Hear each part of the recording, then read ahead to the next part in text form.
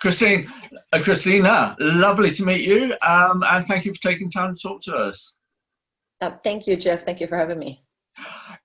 In our emails when we were setting this up, you mentioned that you're usually up at 5, walking your pups at 5:30, coffee at 6.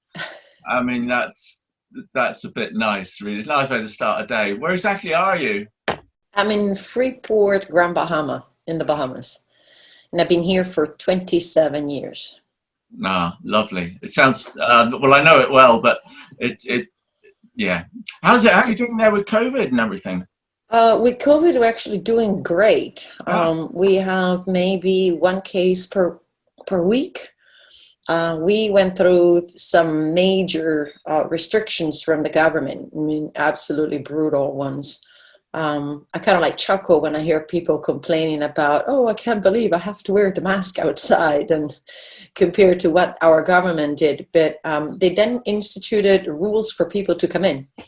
And so we are open to people visiting as long as they have a negative COVID test within 5 days of travel. And then once they're on the island, on the 5th day, they do also a rapid test. And then they buy a $40 insurance or a $60 insurance, depending on the length of their stay. And that includes the rapid test and includes also the emergency procedure should, for example, test positive for COVID. So we've been having visitors, but because of these measures, we haven't had an increase in COVID. So life is actually, from a life point of view, is back to normal. Not for me, obviously. My business is a tourism and scuba diving, and we don't have that many coming in yet. But everything is open. The restaurants are open, the bars are open, the shops are open, people are going out. So I think actually it's actually doing really, really well here. Great. Oh, good to hear. Good to hear. Women Divers Hall of Fame, Explorers Club, among other things, shark expert, conservationist, cave, technical diving. I mean, the list goes on. It's an amazing achievements that you've done. How did all this come about for you? I mean, where did it all start? Well, it started from a childhood dream of being an underwater scuba ranger that would swim around the oceans and protect them from people. My dream was I imagined my job to be always underwater, 8 to 10 hours per day, and tell people what to do, what not to do. And in tow, I would have sharks for friends. Obviously, this is a child's dream, but if we look at what I've done, it's very close to have been realized. And then it evolved into figuring out how to do this, but it took a long gap. I actually followed the route of hotel management and languages, and then by a series of coincidences and choices, I landed here. I learned how to scuba dive. I decided to stay in a week time, and I started all over again. What I did then through the years, I just followed really what I loved. I started off with sharks, then I discovered the caves, then I realized the two of them were very intrinsically connected, and then as anyone that loves someone, the next thing is, well, I want to protect whom I love. And so I started this desire to protect sharks and to protect caves. And then it's like, wait, but that includes protecting the environment. And so my lifestyle changed, my choices adapted. And I tried to grow not only vertically, so not only titles, but also laterally. I recommend this to young people all the time. I said, oh, I want to do what you do. Is like, well, what you see is 27 years in the making, and I'm not done yet. And it's just like, don't think about just going up. Think about everything that you can learn around you. What are things that can actually fulfill other things that you're doing? And so that's what I did. Now, how these things came along, I did not set off with, I'm going to become an Explorers Club member, or I'm going to be a Women Diver Hall of Fame. I only follow really a true calling of my heart, a true passion. Yeah.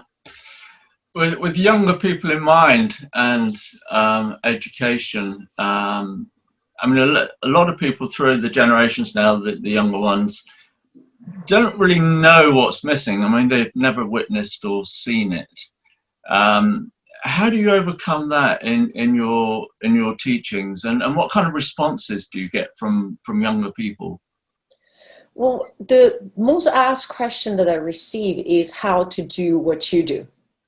And so I actually wrote blogs so I can send them to the blogs instead of repeating, because I send pretty long answers, right? But one of the things I tell them is that each road is different. But there are some commonalities. For example, if you want to work with sharks in the water, you will need to understand that you have to move somewhere where there's water and there's sharks. So that is the first step.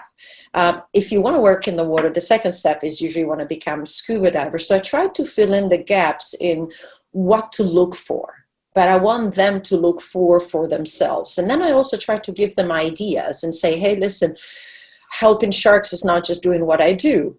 You have all these other different opportunities. You have these options. And then I give them some pros and cons.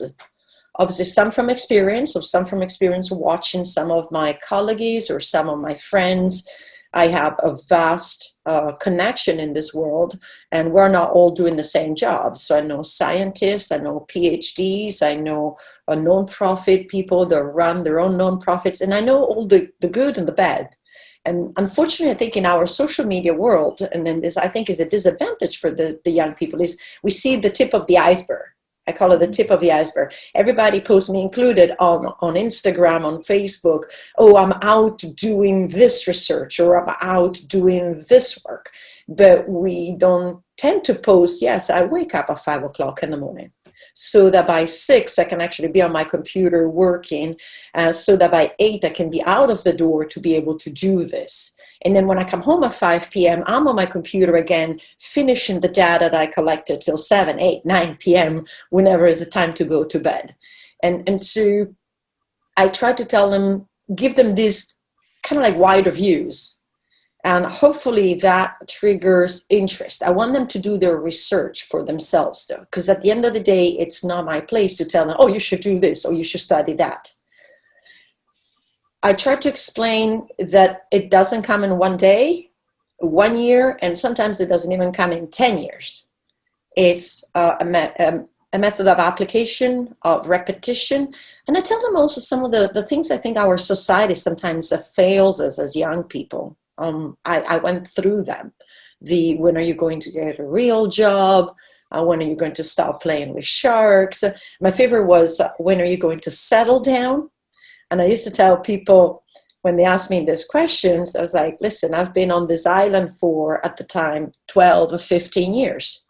I bought my little apartment. I've been working in the same industry for 12, 15 years. How much more settled do you want me? But in their minds, the question was, when are you going to be married and have kids? So there are also obstacles that we don't really talk about sometimes. And as men and women, not only women, we're put into these boxes.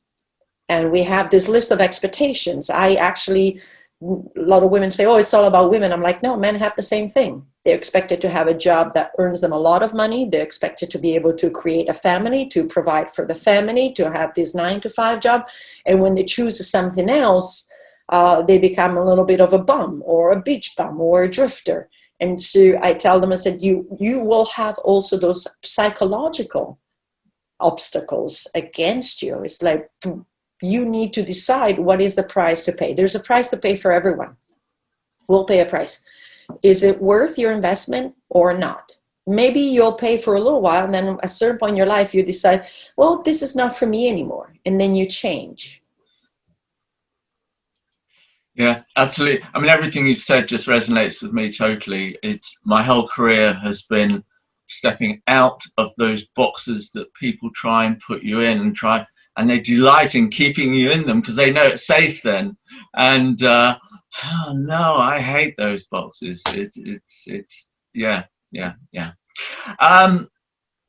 Regarding the amount, oh no, actually, first of all, I reposted a Facebook thing of you chainmail with sharks taking a hook out of a shark's mouth. Yes, yes. I do that. Good.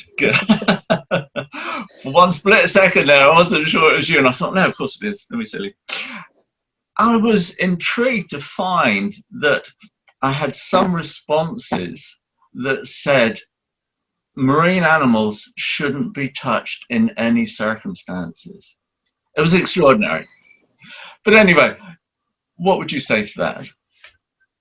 I would say these are the sharks that I work and live with, and these are the sharks that I will do my best to help. And if it's reducing the pain from a man-introduced object, the touching does not affect them. And for sharks in general, it does not affect them because they don't have a mucus like the rest of the reef fish. They're covered in dermal denticles. So I find that these generalized boxes in which people put these generalized rules don't always actually work. So give you an example, yesterday I was walking the beach and there was a stranded starfish, and by nature you do not handle starfish. They're very delicate, they're very finicky. You don't pick it up and bring it to the surface to take a picture. But it was stranded on the beach. So I picked up the starfish and put it back in the water. And I think the action of gently picking it up by two, it was a giant cushion starfish, so it was very robust. But the act of picking it up and putting it back in the water is less damaging than leaving it in the sand, suffocating to death. So it's the same thing with the sharks. They can be handled, and they can be handled with care, and they can be handled obviously with responsibility, hence the chainmail. So it's not something that I tell people, well, everybody should go out there and try to remove hooks from sharks, by all means. But this is something that I do because these are my sharks, the one I know and the one I can relieve some pain from. Same as I would remove a thorn out of a paw of my dog, same as I would stop on the side of the road to pick up a stray dog. Even if it's not my dog or a dog that I don't know, I will still try to help. The other thing is my actions have inspired a lot of people. A lot of people text me and write to me and they say, well, I want to help sharks too. Can I help you remove hooks? And that is the perfect connection. I said, no, you don't need to help me with removing hooks to help sharks. Here's the things that you can actually do. And I go into reducing plastic pollution, changing your dietary habits to make sure if you're still eating fish, to make sure that you eat that fish is on a green list rather than on the red list, making sure, for example, that you check the legislations in the country you're in and see what are the rules about import or export, depending on where you are, of sharks, if they're still allowed to be fished, to be finned, if there's still a commerce of shark products. And so people can be in a landlocked country and still work towards a shark conservation through life choices. So that's what I tell people. It's a small example, but it has a wide reach. And in that case, then to me, it's okay. Especially because I have the proof that these sharks that I touch have no consequences. I've known some of them for 15 years. Fantastic. Fantastic. It's always hard. Statistics are manipulated constantly. It's always hard to find out the real truth about the state of shark populations around the world. Would you have an insight into any of that, of what it actually is happening at the moment? Well, we start from the nature of sharks, which is they are very slow in becoming sexually reproductive. They actually have very small litters. And just because of these two characteristics, they have a very low reproductive rate in general. So if you look at certain species of sharks, they take 12 to 15 years to become sexually mature. So imagine now an animal that has to survive in the wild for 12 to 15 years before they can actually leave behind a progeny. So then you add all the human impacts that goes from the direct attack on the sharks, which is long lining, drift netting, overfishing in general, together with shark finning, which is the process of picking up sharks out of the water, cutting their fins off for shark fin soup and tossing the shark back in the water, either bleeding to death or suffocating to death or both. Furthermore, through coastal development, we don't realize how many sharks actually need estuaries, rivers, bays, mangroves, alcoves in order to keep their pups, in order to keep their youngs to develop before they can actually venture into the deep ocean. And then all sorts of different pollutions, from plastic pollution to waters, changes from temperature, for example, ocean acidifications. These are all things that are affecting the sharks. So there's direct attacks from humans and indirect attacks. It has been estimated that humans kill, through all these direct attacks, so from shark finning through bycatch and overfishing, about 70 to 80 million sharks per year.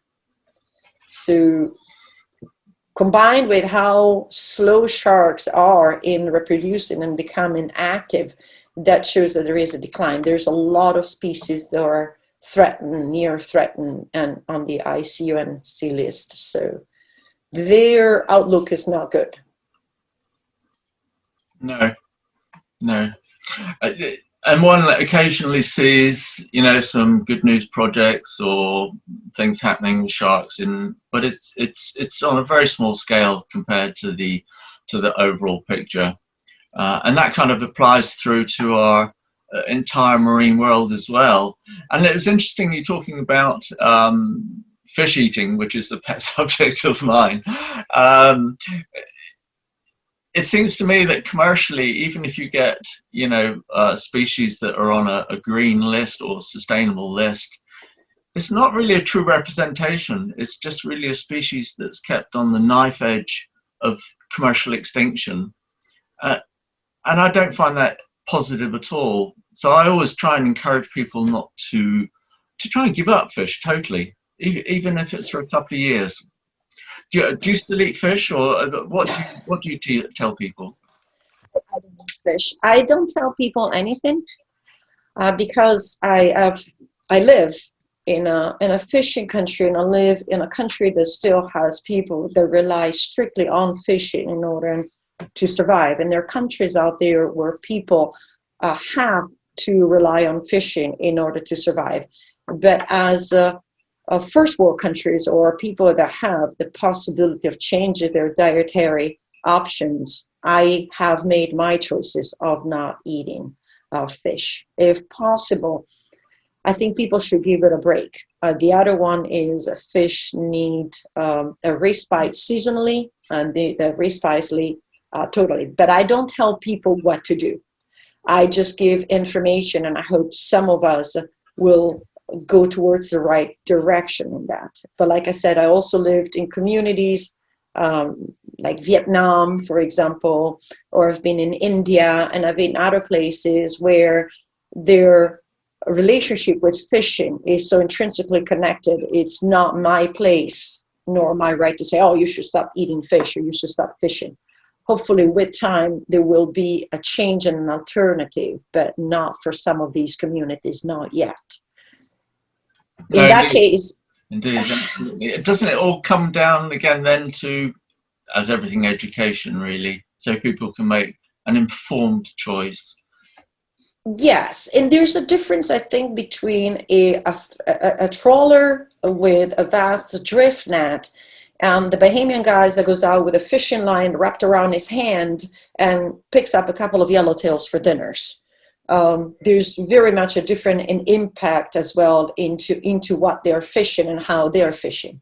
So the Bahamian guys goes out, catches a couple of yellowtails, or they're out in the water in their swimming trunks, mask and fins, and kind of like shivering at this time of year to pick up a couple of lobsters for their dietary needs. It has different impacts than somebody that goes out on a compressors or with a boat full of lobster traps and captures 1,000 lobsters. So I think there's also to take in consideration that I know that sometimes, for example, with sharks, one dead shark is a huge impact on the entire shark population because of all those characteristics. But some other animals, I think, we also need to consider who is doing what. But I think as more evolved countries, definitely we need to look into our choices and our demands. And I think this expands to everything. We are so spoiled in a way. You know, I tell people, like, people go to the supermarket in December expecting strawberries. It's like, well, it takes a certain effort to create strawberries in the northern hemispheres in the winter time. And so I try to tell people, you know, just try to go back to the seasonal, what the place has to offer. And obviously it becomes hard. I'm on an island, so quite a lot of stuff is imported because it's not available. But like I have banana trees in the little gardens, you know, and friends with papayas. And so my fruit choices goes towards those trees rather than buying, I don't know, I'm trying to think, a pear, which is not from this country, nor is the seasonal here at all. So I can't remember the last time I ate a pear, an apricot, or a peach. So I go towards more what the island offers, which is mangoes, avocados, bananas, papayas. And so there's little things that we can do that are not really that drastic. And we can do one. And then when that one has come into our regimen, do the second one. And that comes into our regimen, do the third one. So I'm not telling people, you know, just drop everything you're doing one day. Is pick one and become in habit with that one. And then slowly just everything comes in. I can give a simple example. I used to put a little bit of sugar in my coffee. And then slowly I took the sugar out of my coffee. And now the sugar, the coffee is black, right? I did not want to have sugar in my diet. It was not a big drastic change, but it was a small change. But now my coffee is black and it tastes delicious. And I have no sugar in my diet unless it comes from natural resources, like I said, papayas or bananas. Yeah. The whole food question for the entire world is vast, and I could talk to you for hours about it. But let's move on slightly before we become too embroiled in it. Cave diving, which is another one of your things. I mean, personally, I find cave diving just totally relaxing. You know, you have to prepare your mind before you go in. And once you get in there, you're isolated with that just slight ever-present feeling of danger. I mean, I just love it. I love it. But what is it about cave diving that draws you to it? For me, it's a little bit what you describe. One of the things I love about cave diving is you have to be so engaged with what you're doing that everything else disappears. So I usually tell people time does not tick. And it's not obvious. You have a bottom time, you have a no decompression or a decompression time, you have a gas consumption time, but that time is part of the awareness that you have in a cave. But the external time, the moving of the sunlight, the thinking that the day is at a certain point, the phone call or the appointment, those don't exist. They cannot exist.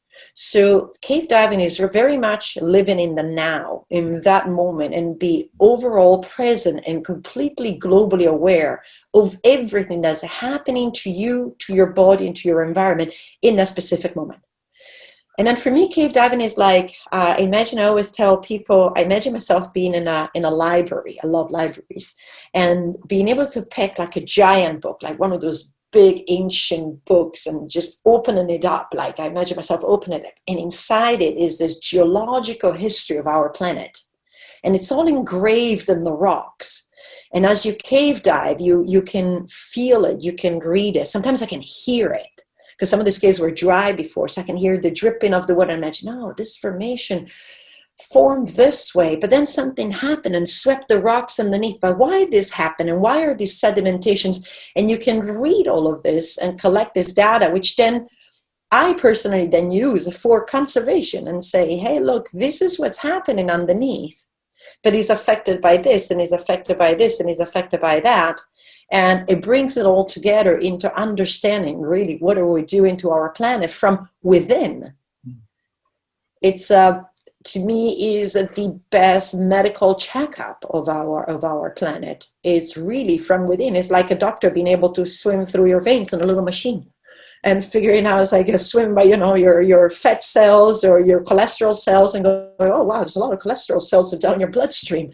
And imagine being able to do that as a doctor, really from within. And I do that as a cave diver into the planet. Do you know, nobody has ever described it like that before. That's just perfect. Yeah, I can't wait to get back into a cave now. My goodness. I was looking at your website earlier, just at some of your photos in the galleries, and two that stood out for me, I thought were wonderful images. It's you freediving. You're asleep on the bow of a boat, a ship, a wreck, and one you're lying on the seabed with your chin in your hands looking at starfish. Stunning images. I mean, you obviously enjoy doing them. They're great fun to do. They are great fun. A Yeah. lot of them, yes. So there are different photographers that I work with. And obviously each one has a different personality. And some of them is more of a collaboration, but in some of them it was like improvisation. So I will just go down there and I will have these ideas and I will say, oh, I want this picture. I want to try to create this picture. And so they're fun because they are kind of like challenging and figuring out how to do it. You know, like the setup, the safety, the backup of doing that. Quite a lot of them, it's just me and the photographer, so I'm self-sustained, either with like bringing down everything and just setting it all up and then make it look so natural. And a lot of them, they're fun because they allow my creative spirit to actually come out. And so I actually truly enjoy that part of my underwater work. It's kind of like, let's say, my pastime in a way. You can tell by looking at them. They're just, yeah. I mean, people should look at them all. They're stunning photos. Thank you. What's on the horizon for you? What's next? Or are you continuing in the same vein, or what's your plans now? So we are involved in 2 major projects, and those I want to continue. One is we are doing the mapping of the cave systems on this island, and we're actually talking to someone on expanding this work into the different islands of the Bahamas. The work that we do is mapping, but also doing what we call interactive maps. So what I do is with my camera, I swim down the tunnels of the cave and video every single tunnel. So we're talking about sometimes 40,000 feet, 50,000 feet of a cave. And then with the software, we overlap it into the map. And so anyone at home can actually click on the map and the video opens up. And as they swim down the video, also the dot travels along the map.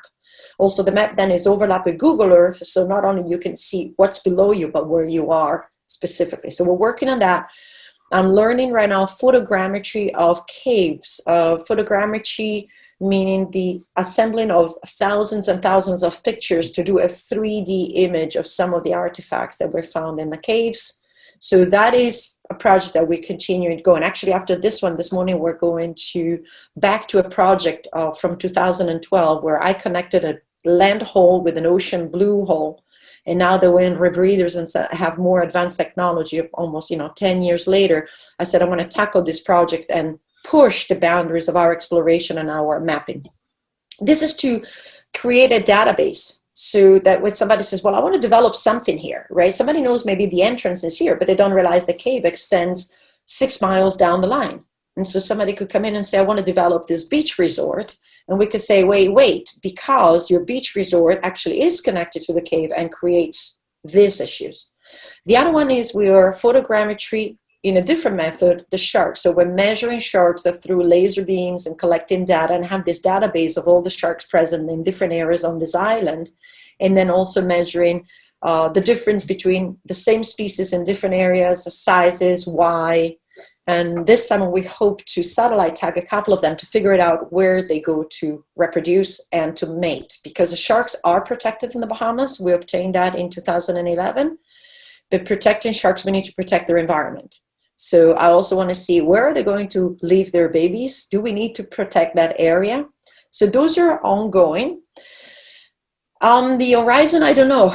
The Hurricane Dorian and COVID changed quite a lot into my life and into my style. I had to improvise. So I've been sitting on a couple of books for quite a long time. And I seem not to find the next step, which is either the publishing company or the agent. And so that is, I guess, the homework is to sit at home and find the next step. And then I will continue into my Zoom presentations and classrooms. So I'm going to expand that outreach because COVID really opened up an opportunity. People now are learning through remote connections, and so I'm setting up some courses through remote connections. Christina, it's been wonderful talking to you. Good luck with all your projects. I hope all goes well. For now, though, I'll say goodbye, and hopefully we can talk again sometime. Thank you, Jeff. Bye for now. Bye. Bye.